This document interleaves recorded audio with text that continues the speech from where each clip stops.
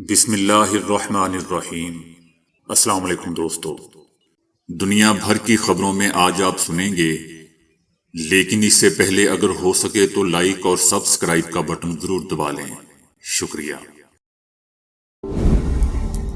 Paris Olympics کے نیزہ پھینکنے کے ایونٹس میں پاکستانی اولمپئن ارشد ندیم نے 92.97 میٹر کی تھرو کر کے دوستو اولمپکس کی تاریخ میں ریکارڈ قائم کر دیا۔ ارشد ندیم اپنی پہلی باری میں تھرو نہیں کر سکے، لیکن دوسری باری میں ارشد ندیم نے 92.97 میٹر کی تھرو کی، جو اولمپکس کی تاریخ کی اب تک سب سے بڑی تھرو ہے۔ اس سے پہلے اولمپک ریکارڈ 90.57 میٹر کا تھا، جو کہ ناروے کے انڈریاس نے 2008 کے بیجنگ اولمپکس میں بنایا تھا۔ یاد رہے دوستوں کہ پاکستان نے آخری مرتبہ 8 اگست 1992 کو اولمپکس میں میڈل جیتا تھا، جب قومی ہاکی ٹیم نے بارسلونا اولمپکس میں نیدرلینڈز کو 3 کے مقابلے میں 4 گول سے شکست دے کر کانسی کا تمغہ جیتا تھا۔ بنگلہ دیش میں مقیم ہزاروں ہندوؤں نے بھارتی سرحد کے راستے بھارت نقل مکانی کی کوشش کی ہے۔ شیخ حسینہ واجد کی بے دخلی کے بعد مسلم اکثریتی ملک بنگلہ دیش میں مقیم ان کے قریبی سمجھے جانے والے ہندوؤں کے گروپ کے کچھ ملکیتی کاروباروں اور گھروں پر حملہ کیا گیا تھا۔ بھارت کی بارڈر سیکیورٹی فورس BSF کے deputy inspector general Amit Kumar نے بتایا ہے کہ سینکڑوں بنگلہ دیشی شہری، جن میں زیادہ تر ہندو شامل ہیں، بنگلہ دیش کے ساتھ سرحد کے بھارت کے ساتھ مختلف مقامات پر جمع ہیں۔ ان کا کہنا تھا کہ چونکہ یہاں کوئی باڑ نہیں ہے، اس لیے BSF کے اہلکاروں نے انہیں دور رکھنے کے لیے ایک انسانی ڈھال بنائی ہے۔ ان کا کہنا تھا کہ افسران نے ہجوم کو منتشر کرنے کے لیے ہوائی فائرنگ بھی کی ہے۔ دوستو یاد رہے کہ 2009 سے اقتدار میں رہنے والی 76 سالہ حسینہ واجد 1 ماہ سے زائد جاری رہنے والے ہلاکت خیز مظاہروں کے بعد پیر کو مستعفی ہو گئی تھی۔ سابق وزیر اعظم کے مستعفی ہونے کے بعد بنگلہ دیش میں سیکیورٹی کی صورتحال ڈرامائی طور پر بہتر ہوئی ہے، تاہم ان کے حامیوں اور پارٹی عہدیداروں پر انتقامی حملوں کی اطلاعات مل رہی ہیں۔ عمران خان کے خلاف درج سانحہ 9 مئی کے مقدمات کی تفتیش کے لیے نئی جوائنٹ انویسٹیگیشن ٹیم بنانے کا فیصلہ کیا گیا ہے۔ جوائنٹ انویسٹیگیشن ٹیم میں شامل 3 SPs کو تبدیل کیا گیا ہے۔ Joint investigation team Imran Khan کے خلاف 12 مقدمات کی تفتیش کر رہی ہے۔ پولیس نے بتایا ہے کہ جوائنٹ انویسٹیگیشن ٹیم میں 2 نئے ممبران بھی شامل کیے جائیں گے۔ ہائی کورٹ میں اس حوالے سے درخواست بھی دائر کی جا چکی ہے۔ راولپنڈی میں جماعت اسلامی کا دھرنا مؤخر ہونے کے بعد دوستو دھرنے کے مقام سے سامان ہٹانے کا عمل جاری ہے۔ جماعت اسلامی کے دھرنے کے شرکاء کی بڑی تعداد گھروں کو روانہ ہو چکی ہے۔ یاد رہے دوستو کہ گزشتہ روز جماعت اسلامی اور حکومتی کمیٹیوں کے درمیان مذاکرات کامیاب ہو گئے تھے، جس کے بعد امیر جماعت اسلامی پاکستان حافظ نعیم الرحمن نے 14 روز سے جاری دھرنا مؤخر کرنے کا اعلان کیا تھا۔ حافظ نعیم الرحمن نے اپنے بیان میں کہا تھا کہ جماعت اسلامی کے مطالبات پر عمل درآمد کے لیے معاہدہ طے پا گیا ہے، دھرنا مؤخر کر رہے ہیں، ختم نہیں کر رہے۔ ان کا کہنا تھا کہ دھرنے کے مقام پر جلسہ کریں گے اور دھرنے کو مؤخر کرنے کا باقاعدہ اعلان کریں گے۔ امیر جماعت اسلامی پاکستان حافظ نعیم الرحمن کا کہنا تھا کہ حکومت پاکستان نے معاہدے پر عمل نہ کیا تو دھرنا پھر شروع ہوگا۔ ان کا یہ بھی کہنا تھا کہ دھرنا صرف مؤخر کیا ہے، معاہدے پر پہرا دیں گے۔ جبکہ دوسری طرف دلچسپ بات یہ سامنے آئی ہے کہ مہنگائی کے ستائے عوام کو ایک اور جھٹکا ملا ہے۔ نیپرا نے بجلی کی قیمت میں مزید اضافے کا نوٹیفیکیشن جاری کر دیا ہے۔ نیپرا کی جانب سے جاری نوٹیفیکیشن کے مطابق بجلی ₹2.56 فی یونٹ مہنگی کر دی گئی ہے۔ بجلی کی قیمتوں میں اضافہ جون کی فیول کاسٹ ایڈجسٹمنٹ کی مدد میں کیا گیا۔ نوٹیفیکیشن کے مطابق بجلی کی قیمتوں میں اضافہ ماہانہ فیول کاسٹ ایڈجسٹمنٹ کی مدد میں کیا گیا ہے، جس کا اطلاق صرف 1 مہینے کے لیے ہوگا۔ پاکستان کا کہنا ہے کہ پاکستان کی جانب سے ایران کو شاہین میزائل دینے کی خبریں من گھڑت ہیں۔ پاکستان نے واضح کیا ہے کہ پاکستان کے ایران کو شاہین میزائل دینے کی خبروں میں کوئی صداقت نہیں ہے۔ ایران کو شاہین 3 میزائل دینے کی رپورٹس غلط ہیں۔ اس نازک صورتحال میں غلط اور فیک نیوز سے بچنا چاہیے۔ شام کی فوج نے کہا ہے کہ صہیونی دشمن کے جنگی طیاروں نے شمالی لبنان کی فضا سے میزائل فائر کر کے شام کے مرکزی علاقے میں فوج کے کچھ مراکز کو حملے کا نشانہ بنایا ہے۔ دشمن کے اس حملے میں 4 شامی فوجی بھی زخمی ہوئے ہیں۔ فضا سے زمین پر مار کرنے والے صہیونی دشمن کے چند میزائل الشریرات کے علاقے میں شامی فوج کی ایئر بیس کے قریب واقع ہم ابو اللبن کے گودام پر لگے ہیں۔ اس حملے کے بعد گودام سے دھماکوں کی آوازیں سنی گئی ہیں اور اسلحے کے ایک گودام سے آگ کے شعلے اٹھتے دیکھے گئے ہیں۔ لوگوں نے دشمن کے میزائلوں کا مقابلہ کرنے کے لیے شام کے ایئر ڈیفنس سسٹم کے ایکٹیو ہونے کی بھی خبر دی ہے۔ جاپان کے شہر ناگاساکی پر ایٹمی حملے کے 79ویں برسی کا پروگرام منعقد ہوا، جس میں جاپانی وزیر اعظم نے بھی شرکت کی۔ اس موقع پر ناگاساکی حملے کی یادگار پر پھول بھی رکھے گئے اور خاموشی اختیار کی گئی۔ اس درمیان صہیونی حکومت کو اس پروگرام میں مدعو نہ کیے جانے پر مغربی ممالک نے پروگرام میں شرکت سے انکار کر دیا تھا۔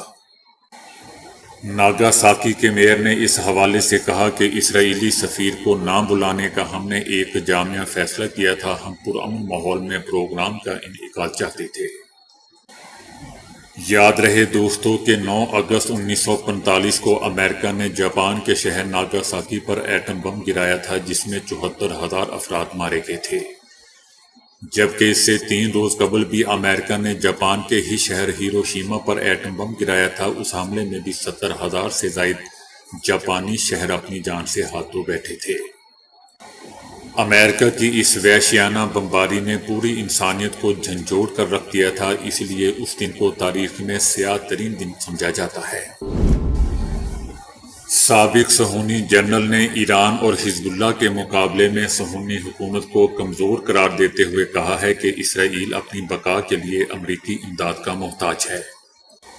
سابق صہیونی فوجی سربراہ اسحاق بریٹ نے کہا ہے کہ اسرائیل خود کو امریکی مدد سے بے نیاز ثابت کرنے کی کوشش کر رہا تھا، تاہم طوفان الاقصی نے بخوبی ثابت کیا کہ امریکی مدد کے بغیر اسرائیل ایک ہفتہ بھی قائم نہیں رہ سکتا۔ صہیونی فورسز کے اس سابق سربراہ کا کہنا ہے کہ موجودہ حالات میں اسرائیل کو امریکی مدد کی بہت زیادہ ضرورت ہے۔ گزشتہ 10 مہینوں کے دوران فلسطینی گروہوں سے جنگ کے بعد صہیونی حکومت اندر سے کھوکھلی ہو چکی ہے۔ موجودہ حالت میں اسرائیل کے اندر حزب اللہ اور ایران کا مقابلہ کرنے کی صلاحیت ہی نہیں ہے۔ اس صہیونی جنرل کا کہنا تھا کہ حماس کی نابودی اسرائیلی تاریخ کا سب سے بڑا جھوٹ بن چکا ہے۔ ہر روز اسرائیل پر راکٹ اور میزائل فائر ہو رہے ہیں۔ ان حالات میں حماس پر غلبہ پانا ناممکن ہے۔ حیفا کے میئر نے اپنے شہر کے باشندوں سے کہا ہے کہ وہ 6 دن تک خوراک اور پانی ذخیرہ کر لیں۔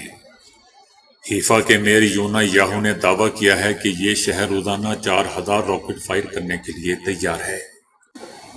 صہیونی حکومت کے وزیر توانائی ایلی کوہن نے بھی ایران کے ممکنہ جوابی حملوں کے خدشے کے پیش نظر اتوار کی شب ایندھن کے ٹینکوں کی استعداد بڑھانے کا حکم جاری کیا ہے۔ اس نے حکم دیا ہے کہ کوئلے اور ڈیزل کے ٹینکوں کی قدرتی استعداد اس خدشے کے پیش نظر بڑھا دی جائے تاکہ ان کی سپلائی میں خلا پیدا نہ ہو۔ یاد رہے دوستوں کہ تحریک حماس کے سیاسی بیورو کے سربراہ اسماعیل ہنیہ اور حزب اللہ کے سینئر کمانڈر فواد علی شکر کے شہادت کے بعد صہیونی حکومت کے تمام عناصر ہائی الرٹ پر ہیں۔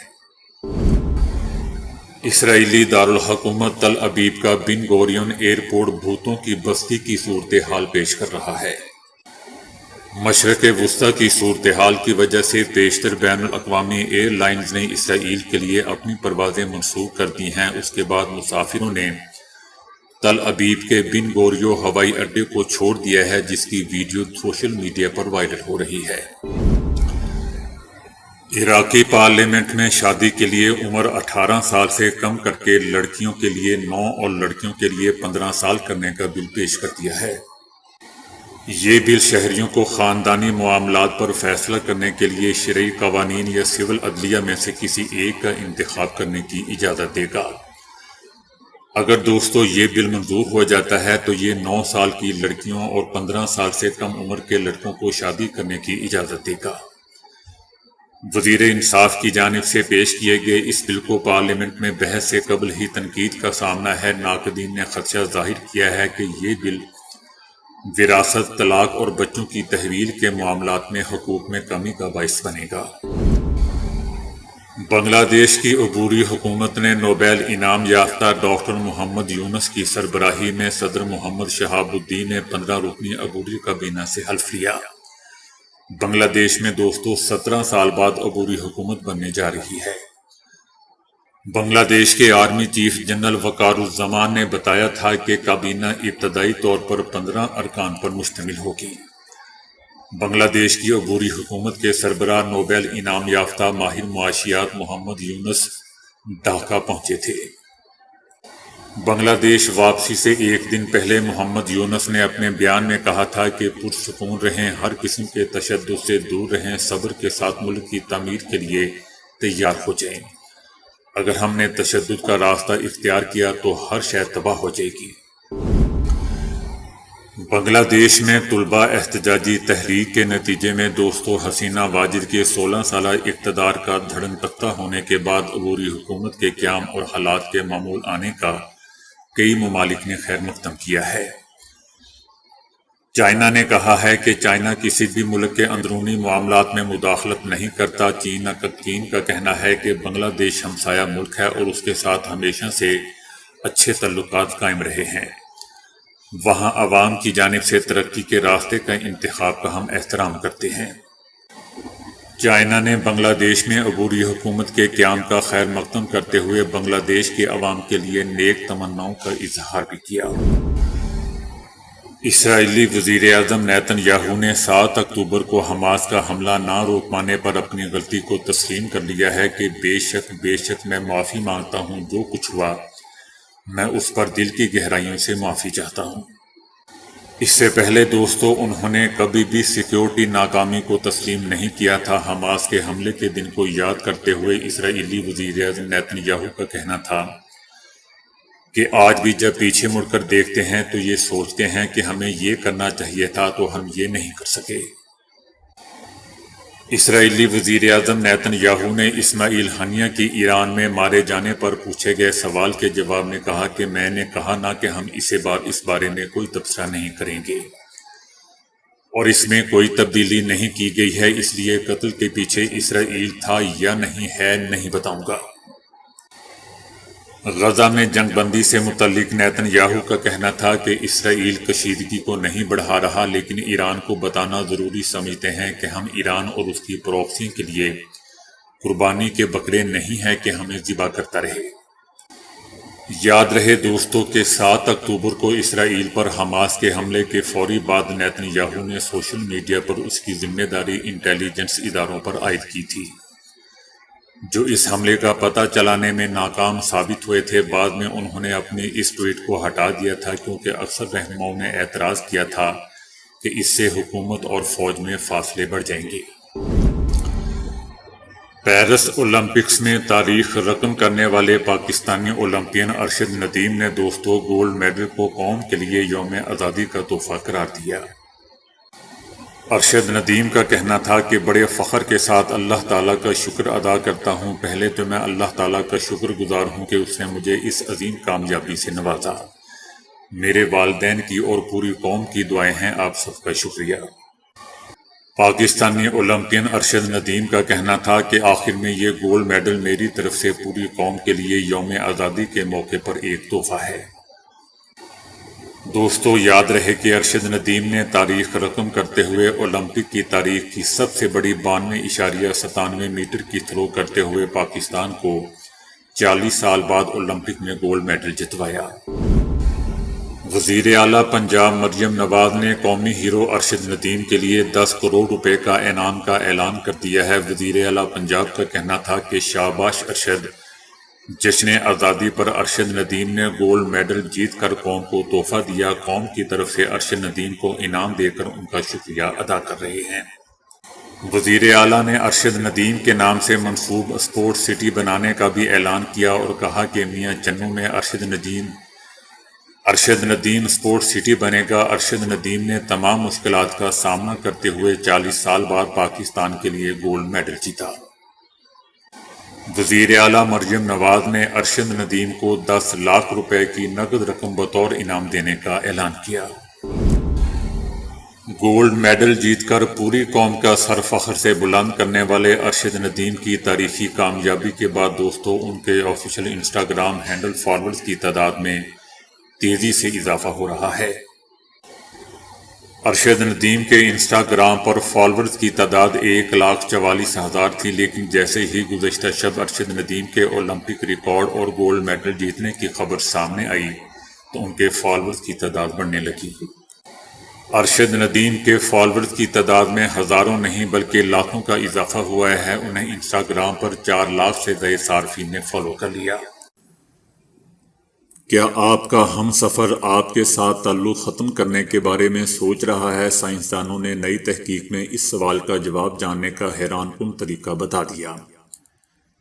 یونیورسٹی آف ٹیکساس کے تحقیقکاروں نے بتایا ہے کہ جب کوئی شخص تعلق ختم کرنے کے بارے میں سوچنے لگتا ہے تو اس کی روزمرہ گفتگو میں الفاظ کا چناؤ تبدیل ہو جاتا ہے اور وہ کچھ مخصوص الفاظ زیادہ بولنے لگتا ہے۔ ایسا شخص جو الفاظ زیادہ بولنا شروع کر دیتا ہے ان میں اور ہم شامل ہیں۔ انہوں نے بتایا کہ جب کوئی شخص اپنے پارٹنر کے ساتھ تعلق ختم کرتا ہے تو اسے 3 ماہ قبل ہی اس کی زبان میں تبدیلی آ جاتی ہے اور وہ میں اور ہم جیسے الفاظ زیادہ بولنے لگتا ہے۔ اس کی وجہ بیان کرتے ہوئے تحقیقاتی ٹیم کی سربراہ کا کہنا تھا کہ میں اور ہم کے الفاظ ڈپریشن اور دکھ کی کیفیت کی عکاسی کرتے ہیں۔ جب کوئی شخص یہ الفاظ زیادہ بولنا شروع کر دیتا ہے تو اس کا مطلب ہے کہ اس کا ذہن کوئی تکلیف دہ فیصلہ کرنے کے مرحلے سے گزر رہا ہے اور دکھ کے بوجھ تلے دبا ہوا ہے۔ یہی وجہ ہے کہ ایسا شخص میں اور ہم کا استعمال زیادہ کرنے لگتا ہے۔ میں اور ہم کے علاوہ ایسے لوگ ان اور ایٹ کے الفاظ بھی زیادہ بولنا شروع کر دیتے ہیں۔ کیلیفورنیا میں کیمرون ایئر پارک اسٹیٹ میں 100 گھر ایک یا ایک سے زائد ہوائی جہاز کے مالک ہیں۔ کیلیفورنیا امریکہ میں ایک مقام ایسا ہے جہاں عام افراد بستے ہیں۔ ان کے گھر کے باہر پارکنگ علاقے ہوائی جہازوں سے بھرے ہوئے ہیں اور یہاں بعض گھروں میں 1 سے زائد چھوٹے طیارے دیکھے جا سکتے ہیں۔ کیلیفورنیا کا یہ علاقہ کیمرون ایئر پارک اسٹیٹ دوسری عالمی لڑائی کے بعد قائم کیا گیا تھا۔ یہاں پائلٹ، شوقیہ ہوا باز اور دیگر افراد بسے ہوئے ہیں۔ یہاں تقریباً ہر گھر کے پاس کوئی چھوٹا طیارہ ضرور ملے گا۔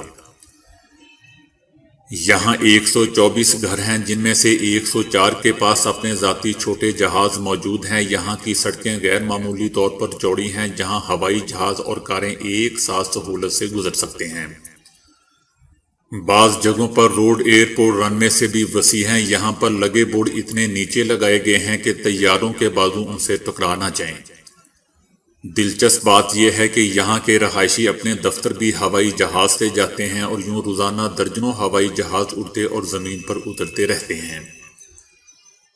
دلچسپ بات یہ بھی ہے کہ یہاں گھر خریدنے والوں کا تانتا بندھا رہتا ہے اور بعض مکانات کی قیمت 15 سے 20 لاکھ ڈالر تک جا پہنچی ہے۔ اگر کوئی گھر خالی ہو جائے تو اسی روز ہی فروخت ہو جاتا ہے۔ یہ گھر دوسری عالمی لڑائی کے پائلٹوں نے قائم کیے اور اس کے بعد ان کی اولاد نے بھی اسی شوقیہ ہوا بازی کو جاری رکھا۔ تو دوستو ابھی کے لیے اتنا ہی۔ ویڈیو کو لائک اور شیئر کرنے کا بہت بہت شکریہ۔